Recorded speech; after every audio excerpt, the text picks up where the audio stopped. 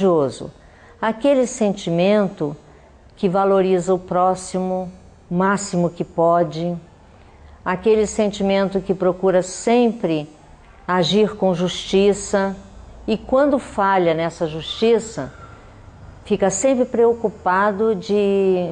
sempre preocupados de contornar a situação de injustiça. Então esse espírito de fraternidade, de compreensão, de solidariedade, de compaixão, esse espírito deve impregnar todos os atos da nossa faculdade, animar todas as pessoas que trabalham aqui, que estudam aqui.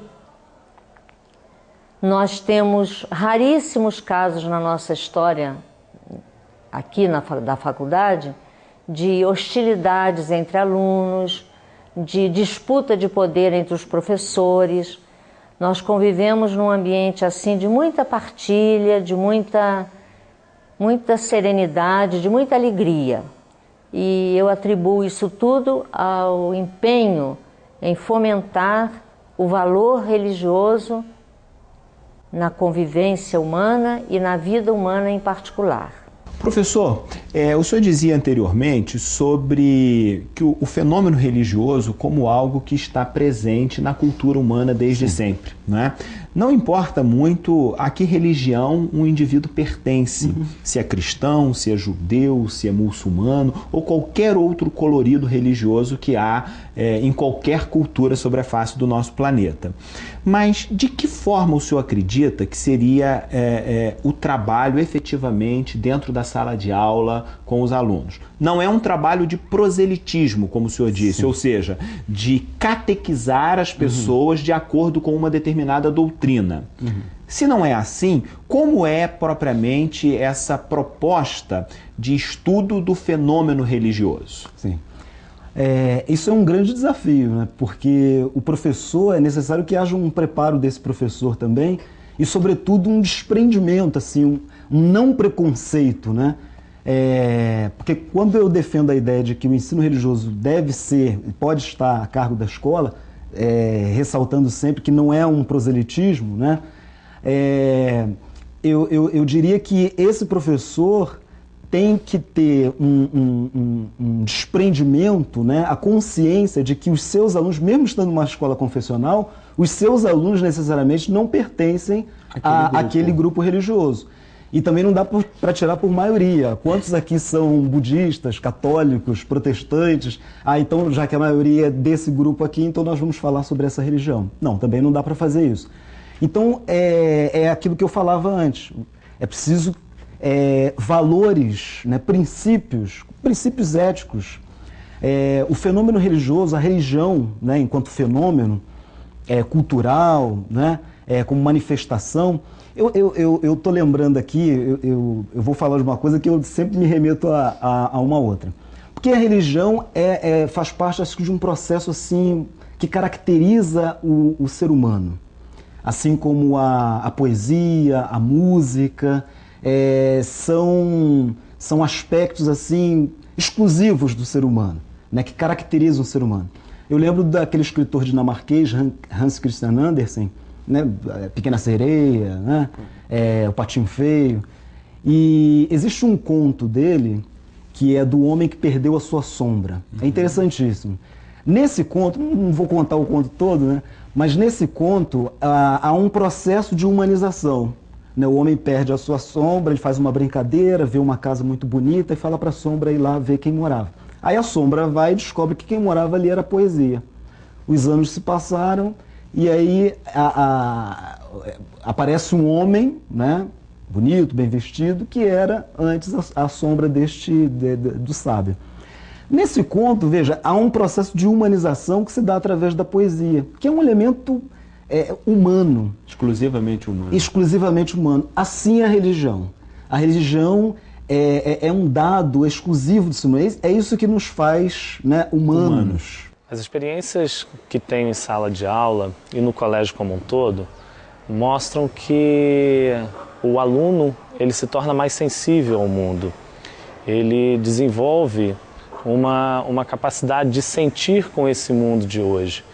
E aí faz com que a gente perceba que a missão está completa, que é quando a gente consegue perceber na comunidade na qual a gente está inserido, na qual a gente trabalha, a busca e a luta por uma sociedade mais justa, mais igualitária, porque é essa a missão primeira da religião, a busca do amor ao próximo, a busca de uma vida mais plena de felicidade e de comunhão com os demais. Nós vamos fazer agora um breve intervalo e pedimos que você espere um pouquinho por aí. Nós voltamos em seguida.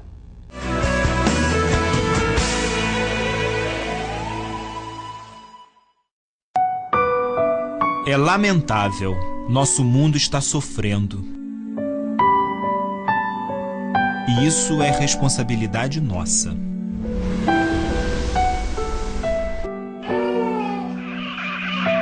Mas nós acreditamos na mudança, desde bem cedo, em casa e na escola. Venha conhecer o Miosotes, porque os tempos mudaram.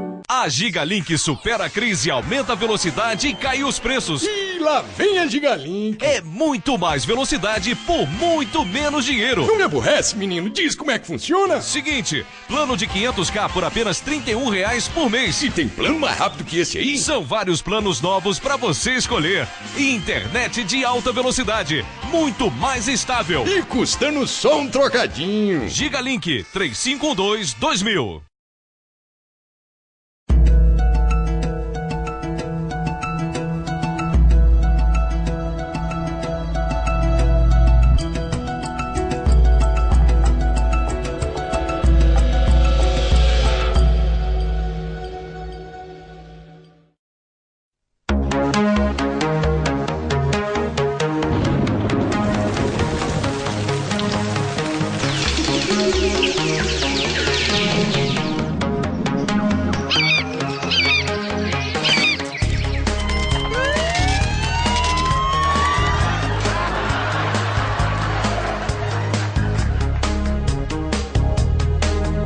A Voz da Serra, o melhor jornal da região.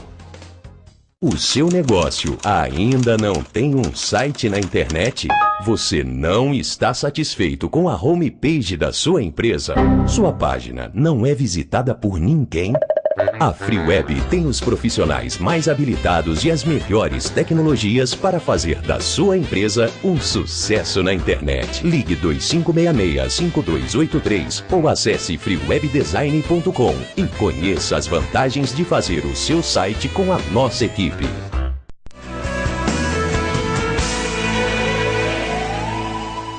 Pelo que o senhor está colocando, eu vou fazer duas afirmações, duas colocações, e eu queria que o senhor colocasse a sua opinião sobre elas. Então seria possível estudar religião primeiramente sob o aspecto histórico, não é? Aquilo que dizem os filósofos pelo aspecto fenomenológico, né? O fenômeno, a maneira como as religiões apresentam-se ao longo da história. E talvez aqui esteja uma chave para nós refletirmos o próprio processo de educação. Hoje, por exemplo, se fala muito sobre a interdisciplinariedade, não é? O diálogo que deve existir entre cada um dos componentes do currículo escolar. Então, estudar religião não seria uma aula de religião isolada das demais. Seria uma aula do fenômeno religioso associada com história, com literatura, com educação artística, com geografia, economia, política, filosofia, sociologia, enfim, aspectos do conhecimento humano que, entrelaçados, formam esse fenômeno do qual a religião faz parte. Isso seria um lado.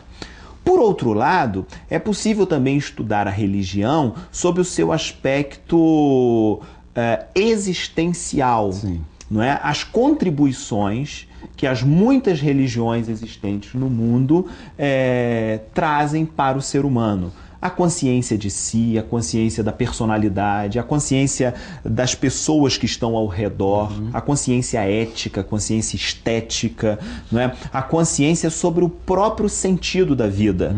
Não é? Somos seres transitórios, seres que nascemos, crescemos e morremos. Não é? Seres que, enfim, dispomos de uma série de capacidades, mas dispomos também de uma série de limitações. O senhor concorda com essa divisão didática, né? Esse aspecto histórico e esse aspecto existencial? Como é que o senhor faz essa leitura? Eu acho positivo, porque, como você destacou, é uma trajetória e uma abordagem que didaticamente facilita, né, a compreensão da religião, né, em si. Você destacou uma coisa que é fundamental. Quer dizer, ensino religioso não é aula de religião, né? Não é aula de religião e nem é catequismo, né? Não é doutrina, não é proselitismo, não é reprodução, né, de uma determinada religião. O fenômeno religioso